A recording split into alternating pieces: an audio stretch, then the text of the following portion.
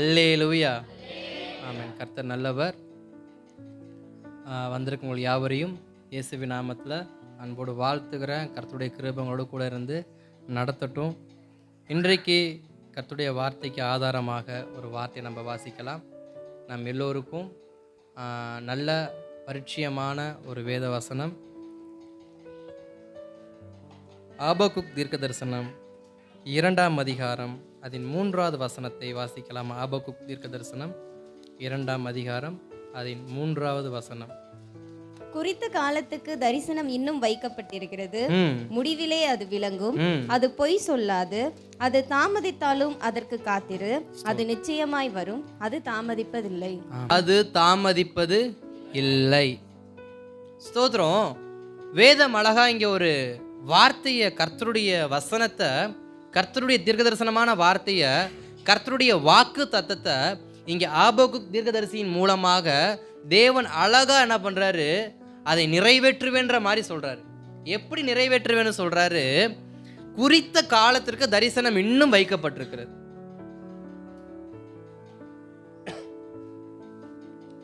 குறித்த காலத்திற்கு தரிசனம் இன்னும் வைக்கப்பட்டிருக்கிறது. முடிவிலே அது விளங்கும், அது பொய் சொல்லாது, அது தாமதித்தாலும் காத்திரு, அது நிச்சயமாய் வரும், அது தாமதிப்பதில்லை. இந்த வசனத்துல 2 வார்த்தையை தேவன் மறுபடியும் என்ன பண்றாரு, பயன்படுத்த. என்ன வார்த்தை? தாமதிப்பதில்லை. தாமதிக்கிறது போலதான் இருக்கும், ஆனா தாமதிக்காது. சொல்லுவோம் பார்த்தீங்களா? வந்துருவாங்க. எப்போ வருவாங்க? வந்துருவாங்க. எங்க இருக்காங்க? வந்துகிட்டே இருக்கிறாங்க. சரியான நேரத்துக்கு அதெல்லாம் வந்துருவாங்க. நீங்க ஒன்றும் பயப்படாதீங்க. நம்ம சில பேருக்கு சொல்லுவோம் பார்த்தீங்களா? வார்த்தை சொல்லுது தாமதமாக தான் வரும், ஆனால் தாமதிக்காம வரும். தாமதமாக தான் வரும், ஆனால் தாமதிக்காம வரும். அப்போ கர்த்தருடைய வார்த்தை நம்முடைய வாழ்க்கையில் எப்படி வருமா? தாமதமாக தான் வருமா? தீர்க்கதரிசனம் எப்போ நிறைவேறும்? உடனே நிறைவேறுமா? இல்லை, தாமதமாக தான் நிறைவேறும், ஆனால் நிச்சயமாக அது நிறைவேறும்.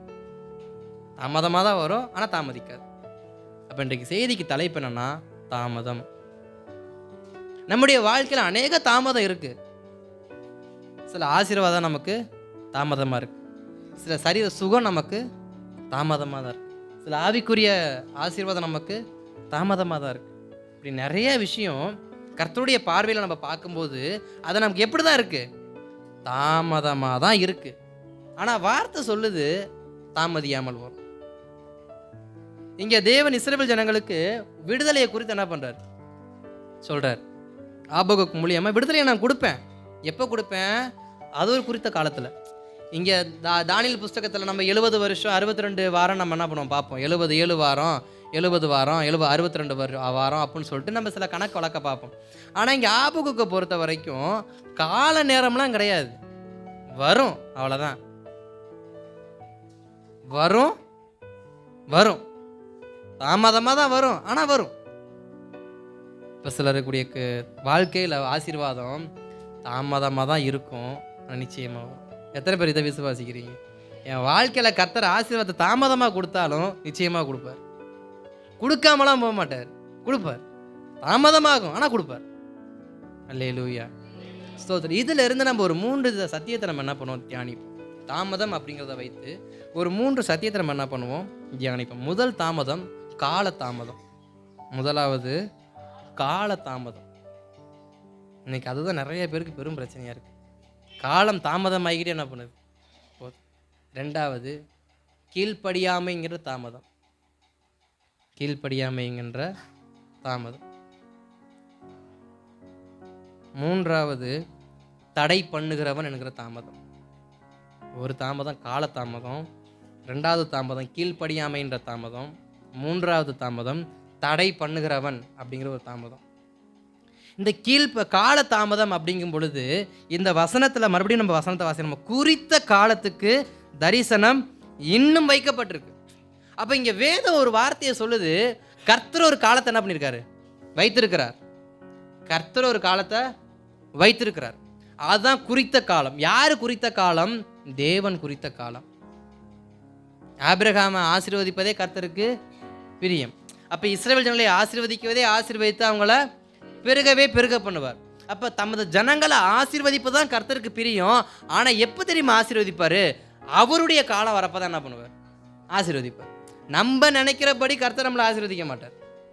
அவர் எப்போ நம்மளை ஆசீர்வதிக்க நினச்சிருக்கிறாரோ அந்த காலத்தில் தான் நம்மளை என்ன பண்ணுவார்? ஆசீர்வதிப்பார். உதாரணத்துக்கு சொல்லணும் அப்படின்னா, இஸ்ரவேல் ஜனங்களை கர்த்தர் எப்பயோ என்ன பண்ணியிருக்கலாம்? விடுதலையாக்கி கொண்டு வந்திருக்கலாம். அவங்க கூக்குரலை கேட்டு 400 வருஷங்கிறத கொஞ்சம் முன்ன கூட்டி என்ன பண்ணியிருக்கலாம்? கூட்டிகிட்டு வந்திருக்கலாம். இல்லை 400 வருஷத்துலேயே கூட்டி வந்திருக்கலாம். ஆனால் எதுக்கு 430 வருஷமாக மாற்றினார்? சொல்லப்பட்ட வார்த்தை என்ன? 400 வருஷம். 400 வருஷம் ஜனங்கள் என்ன பண்ணுவாங்க? உபத்திரவப்படுவாங்கப்பா, அப்புறமா நான் கூட்டணும். இதுதான் ஆபிரகாம் கொடுத்த வாக்கு தத்துவம். சொல்லப்பட்ட வாக்கு தத்துவத்தில் 30 வருஷம் இப்போ எக்ஸ்ட்ரா போயிருக்கு. இப்போ இந்த 30 வருஷம் என்ன ஆச்சு? சொன்னது 400 வருஷம். இப்போ இவங்க என்ன பண்ணியிருப்பாங்க? ஒருவேளை என்ன எண்ணிருக்கலாம், 400 வருஷம்னு சொன்னார், 4 தலைமுறை மாறிடுச்சு, இப்போ 5ஆவது தலைமுறை, இப்போ விடுதலை வந்திருக்கணுமே, ஏன் என்ன விடுதலை வரல? நமக்கு ஒரு கேள்வி வரலாம். கர்த்தர் சொன்னார், இப்போ செய்வேன்னு சொன்னார், காலம் தாமதமாகிட்டு இருக்கு, ஏன் என் வாழ்க்கையில் ஆசீர்வாதம் நிறைவேறாமல் இருக்குது? எப்போ தான் நிறைவேற்றுவார்? இந்த காலத்தில் நிச்சயமாக அது நடந்திருக்கணுமே. நம்ம சொல்லுவோம் பார்த்தீங்களா சில காலத்தை குறித்து, இந்த மாஞ்செடி, மாதுளஞ்செடி, இந்த செடிலாம் வரப்போ இன்னத்துக்கு இந்த காய் பூத்துருக்கணுமே, இன்னத்துக்கு அது பழம் வச்சிருக்கணும், ஏன் வராமல் இருக்குது? அப்போ ஏதோ ஒரு பிரச்சனை இருக்குது, ஏதோ ஒரு பிரச்சனை இருக்குது. இல்லைன்னா மாஞ்செடி என்ன பண்ணியிருக்கணும்? இன்னத்துக்கு காய் காய்ச்சி பூத்துருக்கணும், காய் காய்ச்சிருக்கணும். ஆனால் ஏன் என்ன முளைக்காமல் இருக்குது? என்னமோ ஒரு பிரச்சனை நம்ம செடிகளை இருக்குது. காய்க்கக்கூடிய காய்களெல்லாம் ஏன் சரியாக காய்க்க, ஏதோ ஒரு பிரச்சனை. அப்போ நம்ம என்ன பண்ணுவோம்? நம்ம அறியாமலேயே சில காலத்தை நம்மளே என்ன பண்ணுவோம்? முன்குறிச்சு இந்த காலத்தில் இது நடக்கலைன்னா நம்மளே என்ன பண்ணுறோம்? ஒரு விஷயத்தை வைக்கிறோம், அது ஏதோ ஒரு பிரச்சனை உள்ள இருக்கு. அப்போ கர்த்தர் நமக்கு கொடுத்த காலம் தாமதமாகுது அப்படின்னா நம்ம நினச்சிக்கணும், ஏதோ ஒரு பிரச்சனை நமக்குள்ள இருக்கு. அதுதான் கீழ்ப்படியாமை நான் 2வதா சொன்ன வார்த்தை. கீழ்ப்படியாமை 2வதா சொன்ன வார்த்தை. அப்போ முதல் கால தாமதம் எதற்கு ஆகுது அப்படின்னா, அவர் ஒரு நேரத்தை வச்சிருக்கிறார். எமோரியின் அக்கிரமம் இன்னும் நிறைவேற்றப்படவில்லை, அப்படிதான் வேதம் சொல்லுது. 70 ஏப்பா 400 வருஷம்? எமோரியின் அக்கிரமம் இன்னும் நிறைவேறலப்பா, அதனால 400 வருஷம்ப்பா. அது மட்டுமா? இன்னொரு விஷயம் இருக்கு. அந்த தேசம் அது வரைக்கும் எப்படிப்பட்ட தேசமா இருந்துச்சு? கானான் தேசம். அது ஒரு செழிப்பான தேசம்தான். கானான் தேசத்தை கர்த்தர் ஆபிரகாமுக்கு வாக்குத்தத்தமாக கொடுக்கும்போது அது வெறும் தேசமாக தான் இருந்துச்சு. அந்த தேசம் பாலும் தேனும் ஓடத்தக்க தேசம் என்ன பண்ணணும்? மாறணும். அதுதான் தாமதம். அப்போ ஏன் கர்த்தர் காலத்தை தாமதிக்கிறார்னு சொன்னால், உங்களுக்கு பரிபூர்ணமான ஆசீர்வாதத்தை கொடுக்கும்படியாக. வெறுமன கொடுத்துருந்தா வெறும் தேசத்தை தான் என்ன பண்ணியிருக்க முடியும்? வச்சிருக்க முடியும். கொஞ்சம் யோசிச்சு பாருங்க, வெறும் நிலத்தை வச்சு என்ன பண்ண முடியும்? ஒரு தரிசு நிலத்தை வச்சு என்ன பண்ண முடியும்? அதை விளைய வைக்க முடியுமா? நல்லா வறண்டு காஞ்சி அந்த மண்ணோட ஹீட்டுக்கு அந்த நிலம்லாம் உடஞ்சி போகும். பார்த்துருக்கீங்களா? நீ நிறைய இடத்துல பார்த்துருப்பீங்க. நல்லா கொலன்னு இருந்த இடம், வயல்லாம் அதிக உஷ்ணத்தினால உடஞ்சி போயிருக்கும். அப்படியே அங்கங்கே திட்டு என்ன பண்ணிக்கும். காரணம் என்ன? இதுக்கப்புறம் அதில் என்ன பண்ண முடியாது. அதை மறுபடியும் அதில் நெல்லை போட்டாலும் விளையாது. அதை என்ன பண்ணும்? பண்படுத்தணும் மறுபடியும். அப்போ இவர் தரிசு நிலத்தை கொடுத்து ஆசீர்வாதத்தை கொடுக்குற தேவன் கிடையாது. தரிசு நிலத்தை பண்படுத்தப்பட்ட நிலமாய் மாற்றி நம்முடைய கரத்தில் கொடுக்கறதுக்கு தான் சில வாக்கு தத்தங்கள், சில ஆசீர்வாதங்கள் காலதாமதம் ஆகிக்கொண்டே இருக்கிறது. வெறும் தேசத்தை பாலும் தேனும் ஓடக்கூடிய கானான் தேசம் என்ன பண்ணணும்? மாறணும். அப்போ அது வரைக்கும் நீங்கள் எங்கே தான் இருந்தாகணும்? சில நெருக்கடியில், சில நிறைவேறாத இடத்துல தான் என்ன பண்ணணும்? இருக்கணும். அப்போ காலம், கர்த்தர் நம்முடைய வாழ்க்கையில் ஒரு காலத்தை என்ன பண்ணியிருக்கார்? வைத்திருக்கிறார். ஆபிரகாம் அழைக்கும் போது 75 வயசில் அழைச்சார். ஆனால் எப்போ ஆபிரகாம் ஆசீர்வதிச்சார்? 100வது வயசில் தான் ஆபிரகாமுக்கு முழுமையான ஆசீர்வாதம் என்ன பண்ணுது? கிடைக்குது. ஆவிக்குரிய ஆசீர்வாதம் அதிலிருந்து ஒரு 15 வருஷத்துக்கு அப்புறமா ஆதியாகமம் 22 அதிகாரத்தில் தான் என்ன பண்ணுது? மோரியா மலையில் நடக்குது. அப்போ கர்த்தர் ஒரு காலத்தில் நம்மளை கவனிக்கிறவராக இருக்கிறார். நம்ம என்ன செய்கிறோம்? நம்ம எப்படிப்பட்டவங்களா இருக்கிறோம்? இப்போ இந்த இஸ்ரவேல் ஜனங்களை பார்க்கும் பொழுது குறித்த காலத்துக்கு தரிசனம் வைக்கப்பட்டிருக்குப்பா. உன் வாழ்க்கையில், உன் வாழ்க்கையில் நான் ஒரு விடுதலையை வச்சுருக்கேன், உன் வாழ்க்கையில் ஒரு ஆசீர்வாதத்தை வச்சுருக்கேன், ஒரு வாழ்க்கையில் நான் ஒரு சந்தோஷத்தை வச்சுருக்கேன், உன் வாழ்க்கையில் ஒரு சுகத்தை நான் வச்சுருக்கிறேன், உன் வாழ்க்கையில் ஒரு பெரிய பெரிய ஒரு காரியத்தை நான் செய்ய வச்சுருக்கிறேன். ஆனால் அதுக்கு ஒரு காலத்தையும் நான் வச்சுருக்கிறேன். அந்த குறித்த காலத்துக்கு தரிசனம் இன்னும் வைக்கப்பட்டு கொண்டே தான் இருக்கிறது நம்முடைய வாழ்க்கையில். ஒரு வேளை யாராவது யோசிக்கலாம், என்னைய கர்த்தர் மறந்துட்டாரு போல, என்னை அவர் எனக்குன்னு வச்சுருக்க ஆசீர்வாதம் எதுவுமே இல்லை போல. அப்படி இல்லை. ஒவ்வொருவருக்கும் ஒரு ஒரு ஆசீர்வாதத்தை கர்த்தர் வச்சுருக்கிறார். ஒவ்வொரு காலத்துக்கும் உங்களை ஆசீர்வதிக்கும்படி. மாரி காலத்தில் ஒரு ஆசீர்வாதம் வரணும்னா உஷ்ண காலத்தில் ஒரு ஆசீர்வாதம், குளிர்காலத்துக்கு ஒரு ஆசீர்வாதம், காலத்துக்கு ஏற்பது போல் கர்த்தர் நமக்கு ஒரு ஆசீர்வாதம் என்ன பண்ணியிருக்கார் வைத்து. அதனால் உங்களுக்கு கொடுக்கப்பட்ட வாக்கு தத்துவம் நிறைவேறாமல் போய்கிட்டு இருக்கு, கால தாமதம் ஆகி கொண்டு இருக்குன்னு சொல்லி என்ன பண்ணாதீங்க, கவலைப்படாதீங்க. கால தாமதம் ஆகுவதற்கு காரணமே அதை இன்னும் சீராக்கி உங்கள் கரத்தில் கொடுக்கும்படியாக தான்.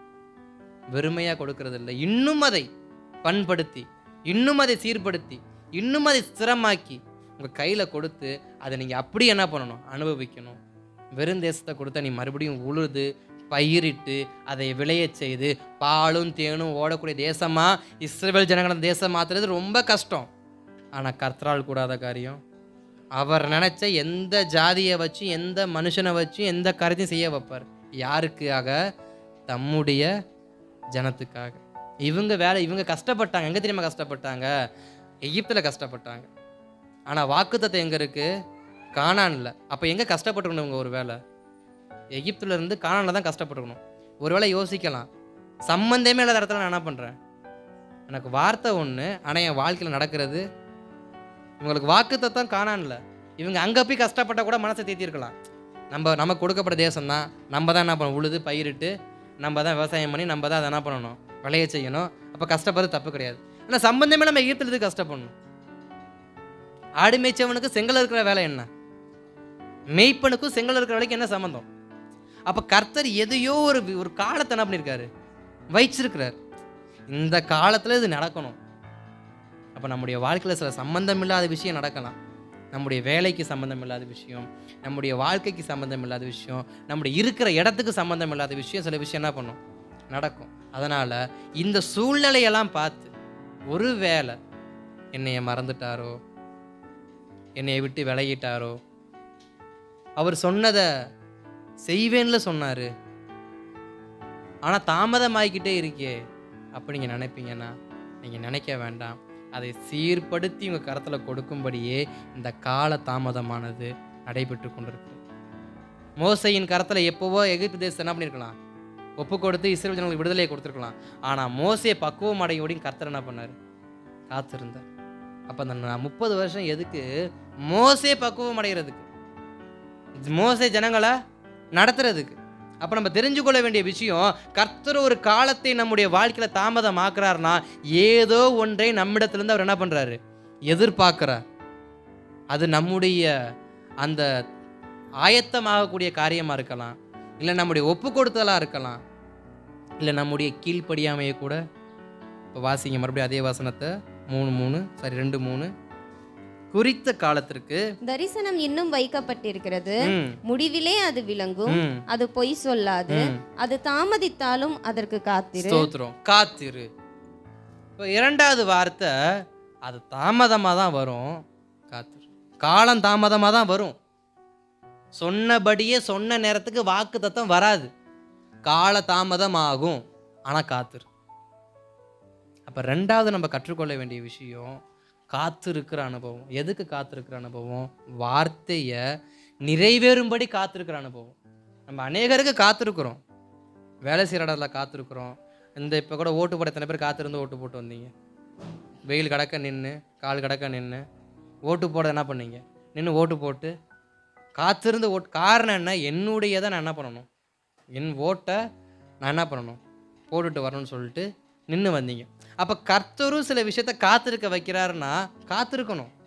நமக்கு ஒரு விஷயம் கிடைக்கணும்னா நம்ம என்ன தான் பண்ணணும், காத்திருக்கணும். அப்படியே திருப்பிக்குங்க, கலாத்தியர் எழுதின நிருபம் 4ஆம் அதிகாரத்தில் 1-2 வசனத்தை வாசிக்கலாமா? கலாத்தியர் 4:1-2. பின்னும் நான் சொல்லுகிறது என்னவெனில் என்னவெனில் சுதந்திரவாளியானவன் எல்லாவற்றிற்கும் எஜமானனாயிருந்தும் அவன் சிறு பிள்ளையாய் இருக்கும் காலமளவும் அவனுக்கும் அடிமையானவனுக்கும் வித்தியாசம் இல்லை. தகப்பன் குறித்த காலம் வரைக்கும் அவன் காரியக்காரருக்கும் வீட்டு விசாரணைக்காரருக்கும் கீழ்ப்பட்டிருக்கிறான். அப்ப ரெண்டாவது வார்த்தை என்ன சொல்லப்படுகிறது? தகப்பன் குறித்த காலம் வரைக்கும் நம்ம என்ன பண்ணணுமா? கீழ்ப்படிஞ்சு இருக்கணுமா? எப்படிதான் சொல்லப்பட்டிருக்கு. பின்னும் நான் சொல்லுகிறது என்னவெனில் சுதந்திரவாளியானவன் எல்லாவற்றுக்கும் எஜமானாய் இருந்தும், சுதந்திரவாளி எல்லாத்துக்கும் எஜமானாக இருந்தும், ஒரு வீட்டில் ஒரு தகப்பன் ஒரு தாய், அவங்களுக்குன்னு ஒரே ஒரு மகன் இருக்கிறான். அந்த மகனுக்கு அநேக செல்வங்கள் இருக்கிறது, ஆனாலும் அவன் அதுக்கு எஜமான் அல்ல. காரியம் என்ன? அவன் ஒரு வயதை அடையும் வரைக்கும் அவனுக்கு இதை என்ன பண்ண மாட்டேன். இன்றைக்கும் நம்முடைய தேசத்தில் ஒரு சட்டம் ஒன்று இருக்குது. 18 ஆகிற வரைக்கும் சொத்து உரிமை என்ன பண்ண முடியாது, கொண்டாட முடியாது. நமக்கு எவ்வளவு சொத்து இருந்தாலும் நமக்கு 18 வயசு நிரம்புற வரைக்கும் அது நம்ம மேலே என்ன பண்ண முடியாது, பவர் ஆகாது. அது இருக்கும், அனுபவிச்சுக்கலாம், ஆனால் சொந்தம். காரணம் என்ன? ஒரு காலத்துக்கு நம்ம என்ன பண்ணணும், கீழ்ப்படிஞ்சிருக்கணும். அந்த 18 வரைக்கும் அந்த பையன் கீழ்ப்படுகிறானா, தகப்பன் பார்ப்பார், தாய் பார்ப்பாங்க. அவன் கீழ்ப்படிஞ்சிருக்கிறானா, சமுதாயம் பார்க்கும். அப்புறமா அந்த ஆசீர்வாதத்துக்கு உட்பட்ட மனுஷங்க சில பேர் இருப்பாங்க பார்த்தீங்களா, அவங்களும் பார்ப்பாங்க, இவன் இதுக்கு சரிப்பட்டு வருவானா. ஒருவேளை ஒரு ஃபேக்ட்ரி இருக்குன்னு வச்சுக்கோங்க.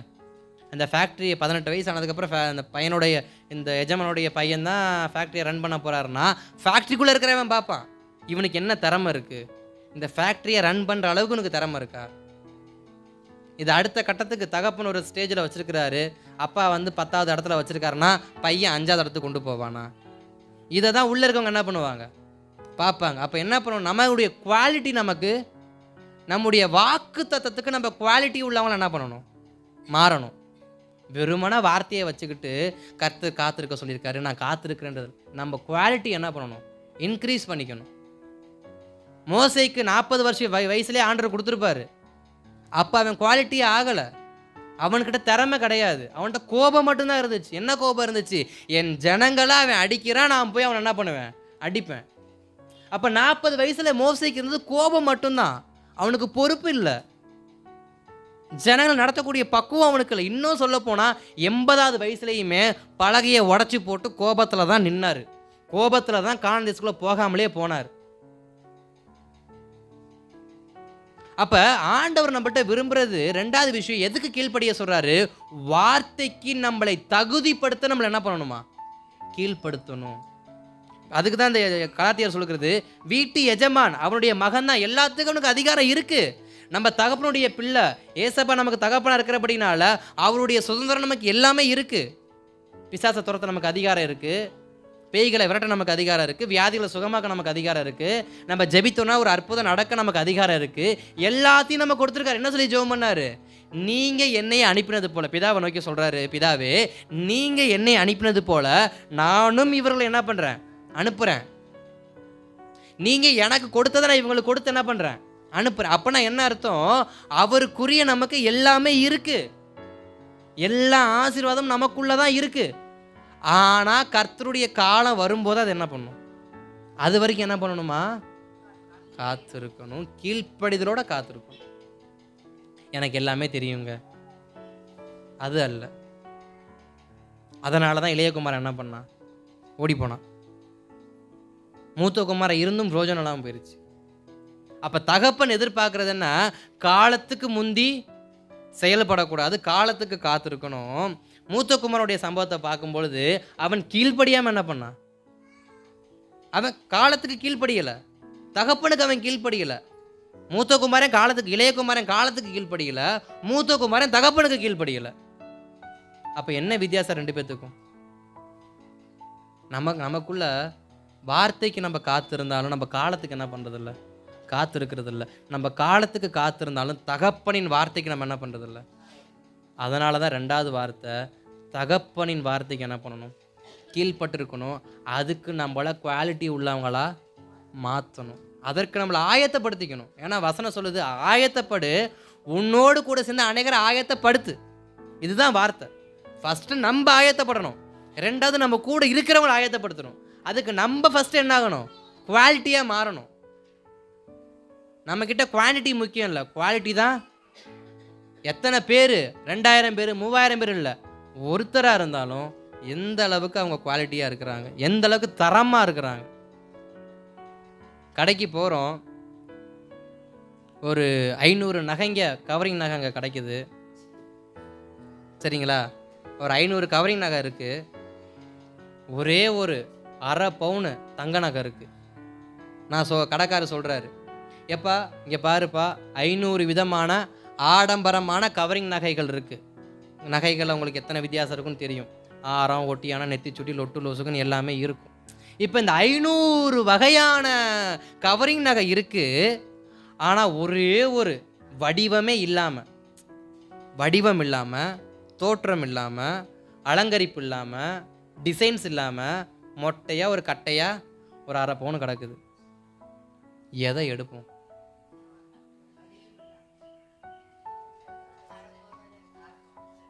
எதை எடுப்போம்?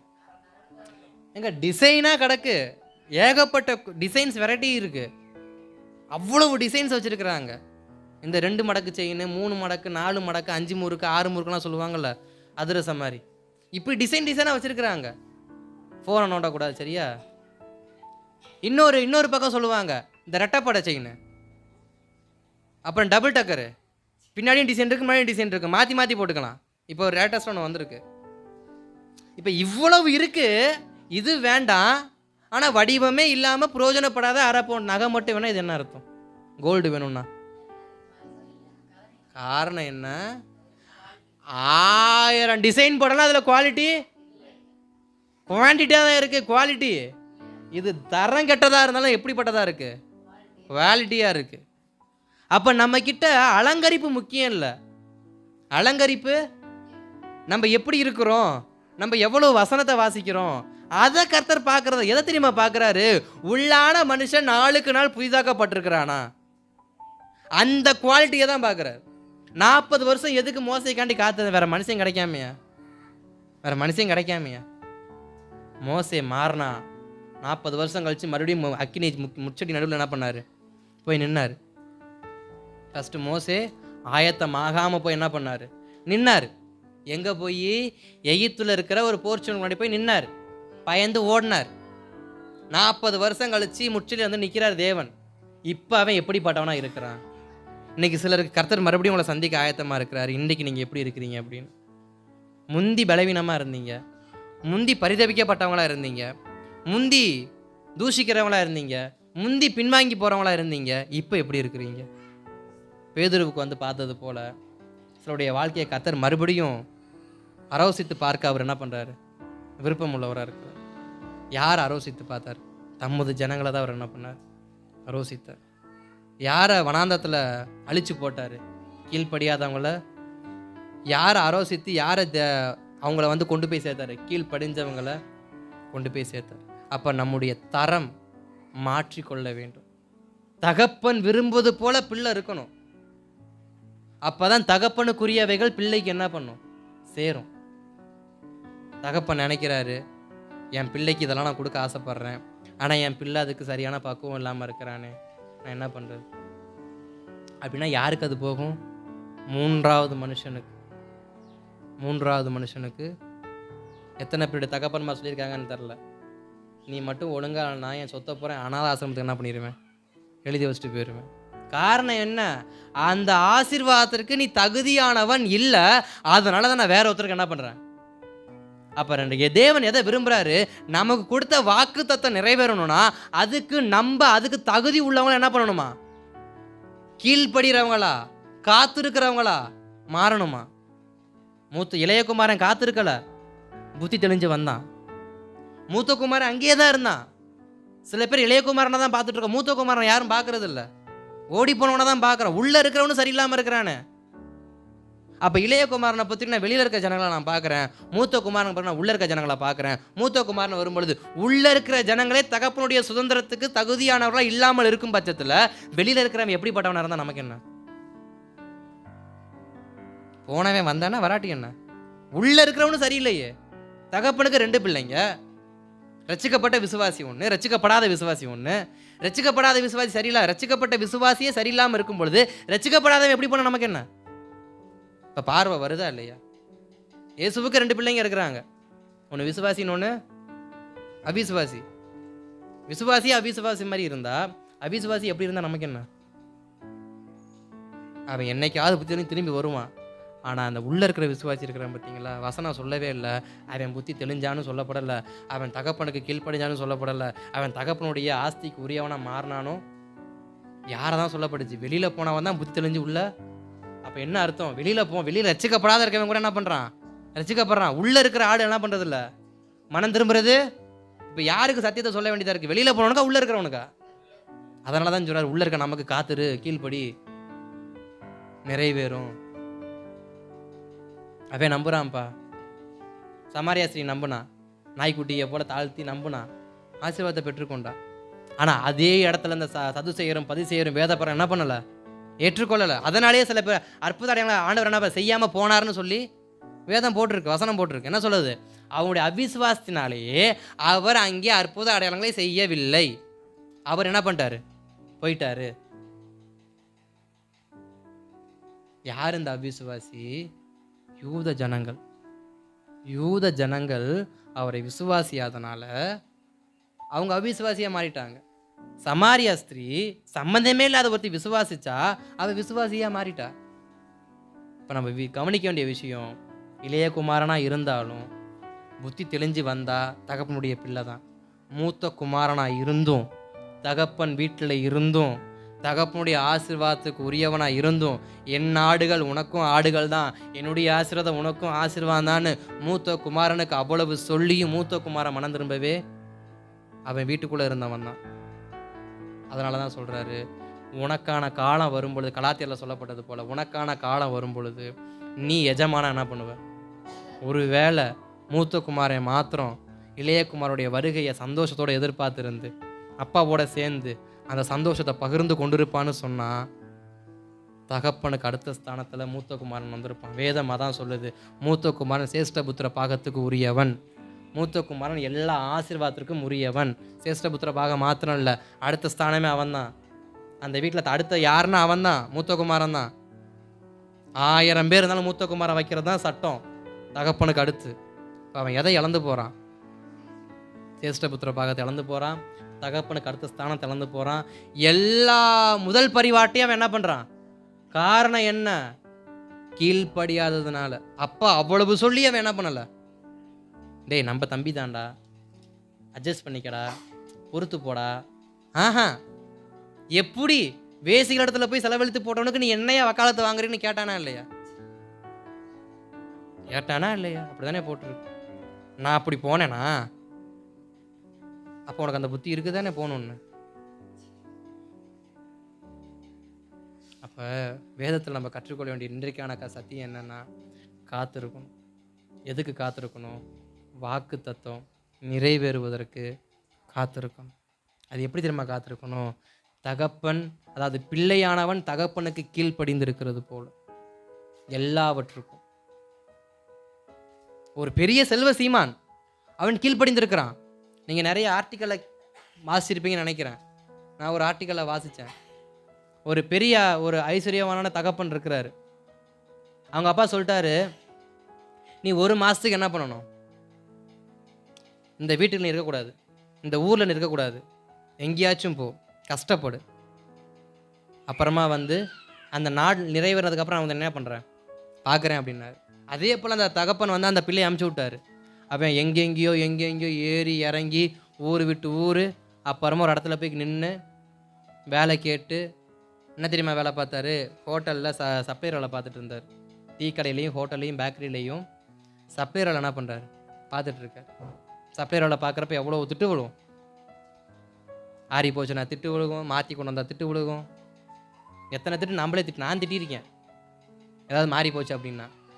அப்போ ஒரு பரிமாறுற வேலை எவ்வளோ கஷ்டமாக இருக்குது. அப்போ பெரிய செல்வ சீமானாக இருந்தவன் பரிமாற வேலை பார்க்குறான். ஒரு நாள் அவன் தகப்பன் அதே இடத்துக்கு வராரு. தகப்பன் அதே இடத்துக்கு வராரு. பெரிய செல்வ சீமான் தகப்பன் உக்காந்துருக்காரு. அவருடைய ஒரே வாரிசு டீ சப்ளை பண்ணிருக்கான், அதே கடையில் சாப்பாடு சப்ளை பண்ணிருக்கான். தகப்பன் ஒரு வார்த்தை கூட கேட்கல. ஏண்டா அவனை இங்கே வந்து உனக்கு வேலை கிடையாதாடா கேட்கல. அந்த தகப்பனுக்கும் அவன் வந்து என்ன பண்ணான், சப்ளை பண்ணான், டம்ளர் எடுத்துகிட்டு போனான், போய் கழுவுனான், வச்சான். மறுபடியும் ஒரு வாரம் கழிச்சு தகப்பன் அதே இடத்துக்கு வந்தார். வந்து அந்த ஹோட்டலில் இருக்கிற மேனேஜர் அந்த திட்டுறான், அந்த சப்ளையர் பண்ண அந்த பையனை திட்டுறான்.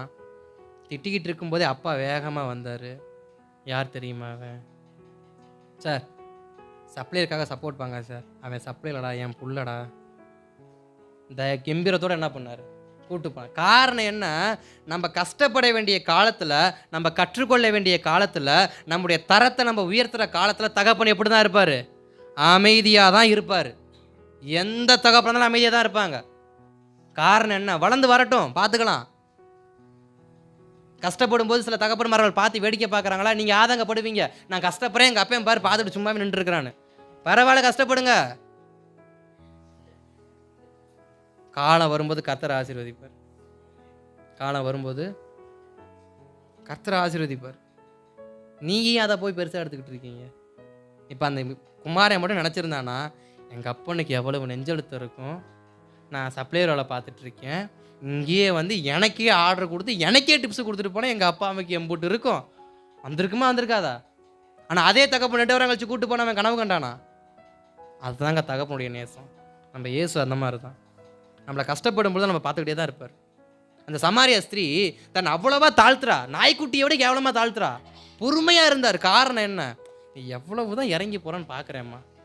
ஆனால் ஆசீர்வாதம் வச்சிருக்கிறாரு, ஆசீர்வாதத்தை வச்சிருக்காரு. ஆனால் வேடிக்கையும் என்ன பண்ணுறாரு, பார்க்குறாரு. அப்போ அவ்வளவு பேசுனதுக்கப்புறம் விசுவாசம் பெரியது.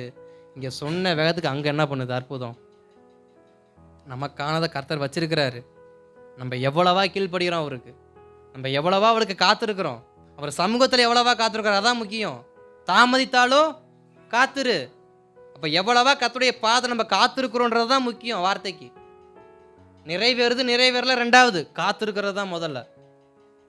இன்றைக்கு நம்ம காத்திருக்கிறோம் கர்த்தருடைய வார்த்தைக்கு. எனக்கு ஒரு வார்த்தை கொடுத்தார், அதுக்கு நான் காத்திருக்கிறேன். இப்போ வரைக்கும் நான் காத்திருக்கிறேன், முறுமுறுக்காமல் காத்திருக்கிறேன். அதான் முக்கியம். முறுமுறுக்காமல் எப்போ தான் ஆண்டவரே நிறைவேறும், அது எப்போ வேணாலும் நிறைவேறட்டும் ஆண்டவரே, நான் உங்கள் சமூகத்தில் என்ன பண்ணுறேன், காத்திருக்கிறேன். அதுதான் யோபுவின் விசுவாசம். நடந்தால் நடந்துட்டு போகுது, பிடுங்கினா பிடிக்கிட்டு போகிறாங்க, கொடுத்தா கொடுக்குறா கொடுக்காட்டி போகிறாரு. நான் அவர் மேலே அப்படிப்பட்டவனாக இருப்பேன், நம்பிக்கை உள்ளவனாக இருப்பேன். அப்போ ரெண்டாவது விஷயம், கர்த்தருக்கும் காலத்திற்கும் வாக்கு தத்துவத்திற்கும் கீழ்ப்படிந்து காத்திருக்க வேண்டும். அல்லேலூயா, ஸ்தோத்திரம். மூன்றாவது வாசிக்கலாம், தெசலோனிக்கேயர் 2:6-8. 2 தெசலோனிக்கேயர் 2ஆம் அதிகாரம் 6-8. அவன் தன் காலத்திலே வெளிப்படும்படிக்கு இப்பொழுது அவனை தடை செய்கிறது இன்னதென்றும் அறிந்திருக்கிறீர்களே. நீக்கப்படும் போது அந்த அக்கிரமக்காரன் வெளிப்படுவான். அவனை கர்த்தர் தம்முடைய வாயின் சுவாசத்தினாலே அழித்து தம்முடைய வருகையின் பிரசன்னத்தினாலே நாசம் பண்ணுவார். இங்க வேதத்துல வாசிக்கிறோம், தடை பண்ணுகிறவன். மறுபடியும் வாசிங்க. அவன் தன் காலத்திலே வெளிப்படும்படிக்கு இப்பொழுது அவனை தடை செய்கிறது இன்னதென்று அறிந்திருக்கிறீர்களே. அப்ப எது நம்மள தடை பண்ணுது கர்த்தருக்கு நேரம் நெருங்கிறதுக்கு?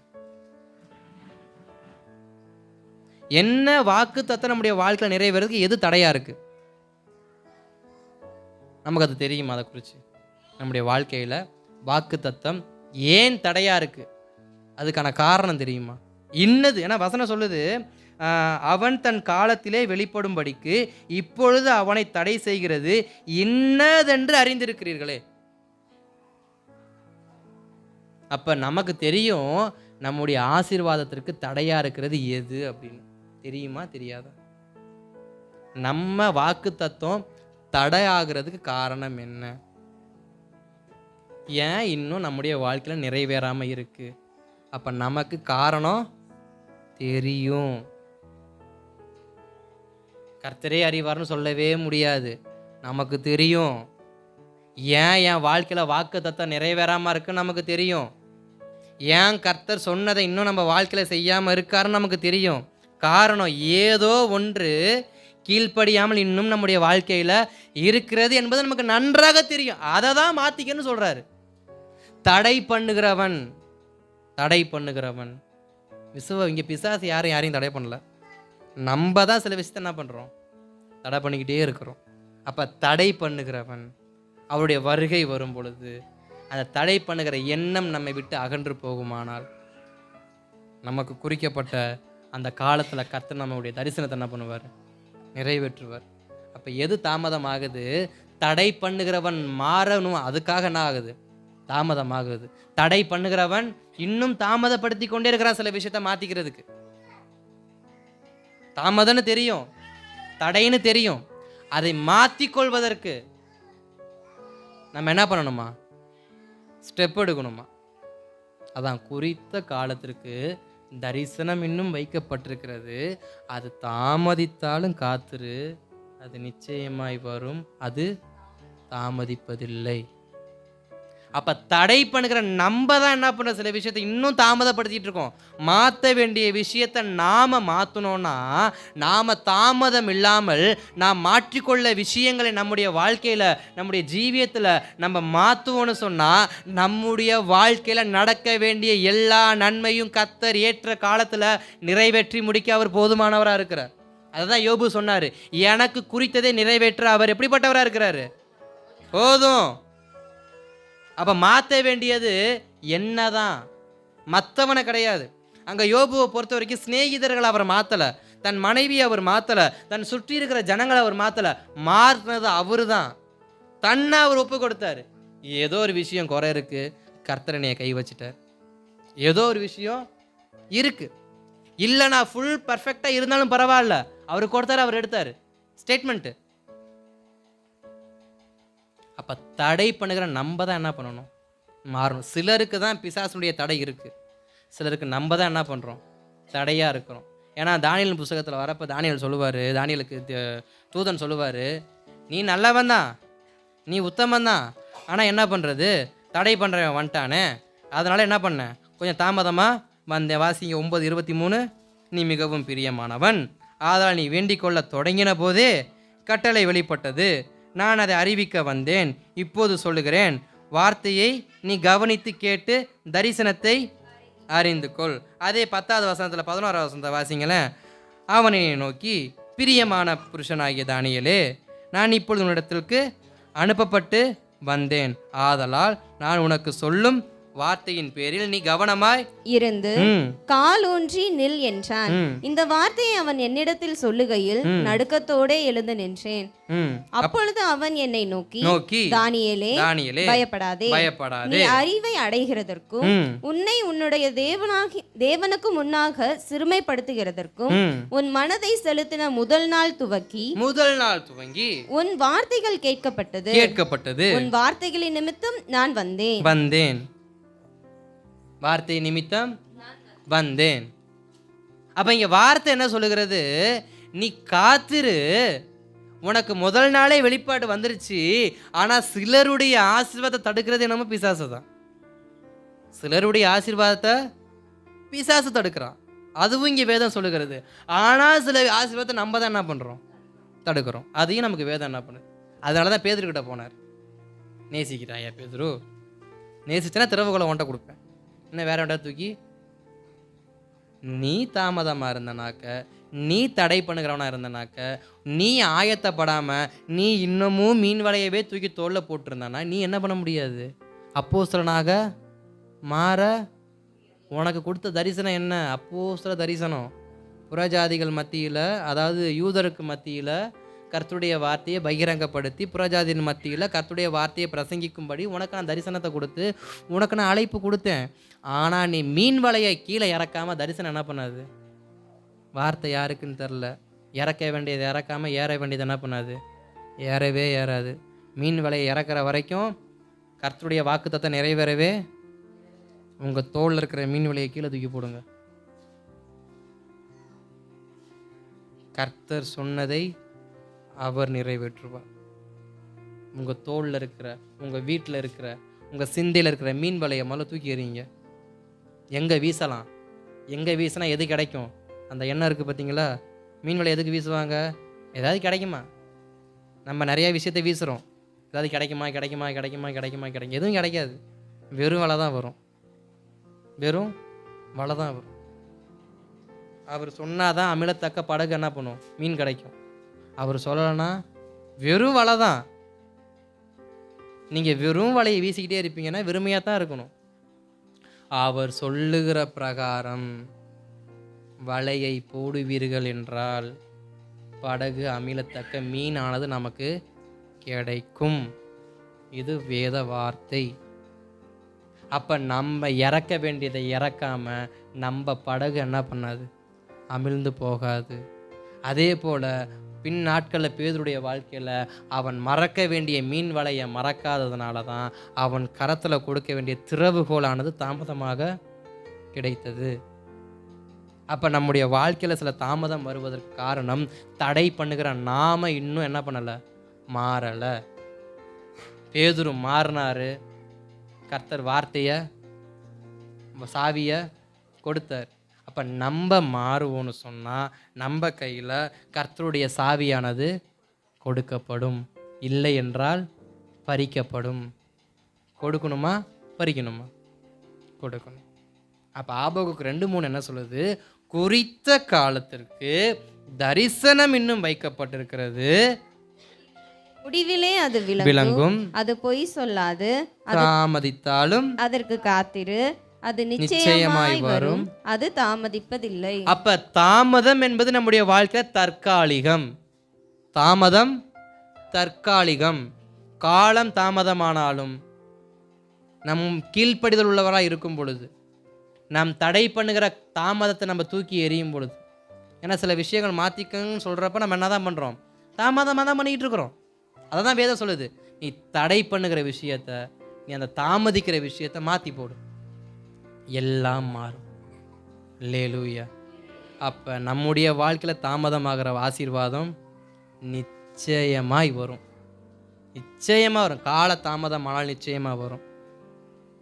நம்முடைய கீழ்ப்படியாமைனா அது மாறும்போது நிச்சயமாக ஆசீர்வாதம் வரும். நம்ம தடை பண்ணுறவங்களா இருந்தோம்னாக்க, நம்ம தடை பண்ணுகிற எண்ணம் நம்மளை விட்டு மாறும் பொழுது ஆசீர்வாதம் நிச்சயம் நம்முடைய வாழ்க்கையில் நிறைவேறும். அப்போ தாமதித்தாலும் என்ன பண்ணுங்க? காத்துருங்க. அல்லேலூயா. எத்தனை பேர் எத்தனை வருஷமாக காத்திருக்கீங்களோ காத்துருங்க. காத்துருங்க. உரிமையோடு என்ன பண்ணுங்க? காத்துருங்க. பிள்ளையானவன் தன் தகப்பன் எஜமானா இருந்தும் சுதந்திரவாளியாக இருந்தும் அவன் காத்திருப்பது போல, அவன் கீழ்ப்படிதல் உள்ளவனாக இருக்கிறது போல நமக்கு எல்லாமே கொடுக்க கண்ணுக்கு முன்னாடி இருக்குது. தருவேன் தருவேன் தருவேன்னு. ஆனால் என்ன இல்லை? கீழ்ப்படிதல் இல்லாததுனால சொன்ன வார்த்தை ஒன்றும் பிசகாமல் அப்படியே இருக்குது. நிச்சயமாக நடக்கும். சரிங்களா?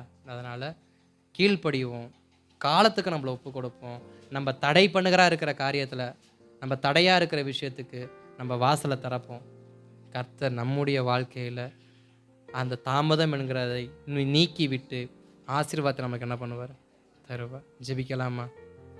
வார்த்தையை கேட்டவங்களாக கர்த்தருடைய சமூகத்தை அப்படியே எழும்பி நின்று ஸ்தோத்திரம்பா ஸ்தோத்திரம்பா ஸ்தோத்திரம்பா ஸ்தோத்திரம்பா ஜெபிக்கலாம். அன்பின் பரலோக பிதாவே, குமாரனாம் இயேசுவின் நாமத்தில் ஜெபிக்கிறோம்ப்பா. ஆசீர்வதிக்கப்பட்ட இந்த மதியான நேரத்தில் இம்மட்டுமாய் உம்முடைய சமூகத்தில் நாங்கள் இருந்து நாங்கள் துதித்து ஸ்தோத்தரித்து உம்முடைய வார்த்தையை கேட்க கற்றுக் கொடுத்த கிருபைக்காக நன்றி செலுத்துகிறோம். ஆண்டவரே, தாமதம் என்கிற அந்த வார்த்தை எங்களுடைய வாழ்க்கையில் அநேகமாய் நடக்குதுப்பா. அநேக ஆசீர்வாதங்கள் தாமதமாகுது, அநேக வாக்குத்தத்தங்கள் தாமதமாகுது, அநேக நன்மைகள் தாமதமாகுது. இப்படி தாமதமாகிற எல்லா ஆசீர்வாதமும் ஆண்டவரே ஸ்தோத்திரம் தாமதியாமல் நடக்க போகிறதுக்காக நன்றி செலுத்துகிறோம்ப்பா. எங்கள் வாழ்க்கையில் இதுவரைக்கும் தாமதித்த சகல ஆசீர்வாதம் அது தாமதம் இல்லாமல் நடக்க போகிறதுக்காக, அது இன்றைக்கு தொடங்கினதுக்காக நன்றி செலுத்துகிறோம்ப்பா. அதுக்காக காத்திருக்கிறோம்ப்பா. காலத்துக்கு காத்திருக்கிறோம்ப்பா. காலம் தாமதத்துக்கு காத்திருக்கிறோம். கீழ்ப்படிதலோடு ஆண்டவரே உம்முடைய சமூகத்தில் காத்திருக்கிறோம். தடை பண்ணுகிற காரியத்தை உமது கரத்தில் ஒப்பு கொடுத்து காத்திருக்கிறோம். கர்த்தாவே, தாமதமாகிற எல்லாம் ஆண்டவரே ஸ்தோத்திரம், தாமதியாமல் வருவதாக ஜெபிக்கிறேன். கர்த்தர் நடத்துங்க, கர்த்தர் நடத்துங்க, கர்த்தர் நடத்துங்கப்பா. எந்தெந்த காரியமெல்லாம் தாமதமாகுது எல்லாம் தாமதமின்றி வாழ்க்கையில் நிறைவேறட்டும்ப்பா, நிறைவேறட்டும், நிறைவேறட்டும். சத்தியத்திற்கும் ஆண்டவரே உம்முடைய வசனத்திற்கும் எங்களை முற்றிலுமாய் ஒப்புவிக்கிறோம். கர்த்தர் நடத்துவீராக. வரக்கூடிய நாட்களில் நல்ல ஆசீர்வாதங்கள், நல்ல வேலைகள், நல்ல வருமானங்கள் உண்டாகட்டும். கிருபைக்குள் காத்துக்கொள்ள உதவி செய்யுங்கப்பா. தொடர்ந்து சத்தியத்தில் நிலைத்திருக்கட்டும். சத்தியம் என்னுடைய விடுதலையாக்கட்டும். இயேசுவின் நாமத்தில் பிதாவே. என் ஆத்துமாவே